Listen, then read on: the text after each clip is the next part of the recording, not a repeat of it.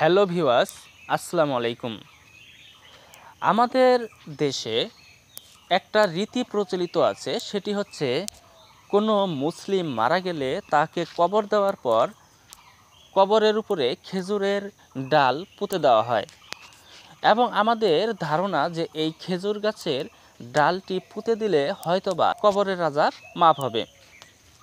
আসলে এই কবরের আযাব মাফ হবে কি না এই বিষয়ে নিয়ে চলছে বিভিন্ন ধরনের তর্ক বিতর্ক। আজকে আমি সহিহ বুখারী শরীফের একটি হাদিসের আলোকে আপনাদের সামনে তুলে ধরব কবরের উপরে খেজুরের ডাল পুঁতে দেওয়া জায়েজ কি না, এবং এই কবরের উপরে খেজুরের ডাল পুঁতে দিলে আসলেই কবরের আযাব মাফ হবে কিনা।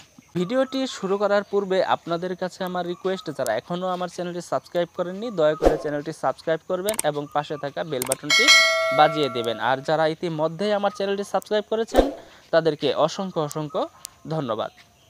মৃত ব্যক্তির কবর দেওয়ার পর কবরে খেজুরের ডাল পুঁতে দেওয়া যাবে কিনা।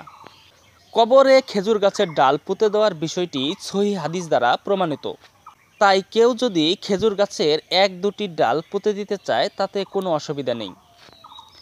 হাদিস শরীফে এসেছে, ইবনে আব্বাস রাদিয়াল্লাহু তাআলা আনহু হতে বর্ণিত, তিনি বলেন, রাসূল সাল্লাল্লাহু আলাইহি সাল্লাম এমন দুটি কবরের পাশ দিয়ে যাচ্ছিলেন যে কবর দুটির বাসিন্দাদের আযাব দেওয়া হচ্ছিল।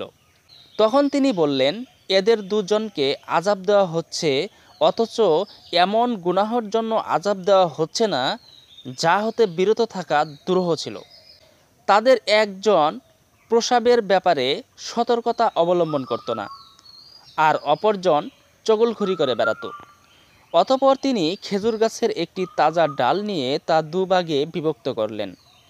অতঃপর প্রতিটি কবরে একটি করে পুঁতে দিলেন।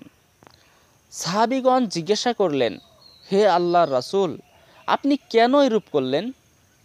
তিনি বললেন, ডাল দুটি না শুকানো পর্যন্ত আশা করি তাদের আযাব হালকা করা হবে। সহিহ বুখারী শরীফের হাদিস, হাদিস নং 1361।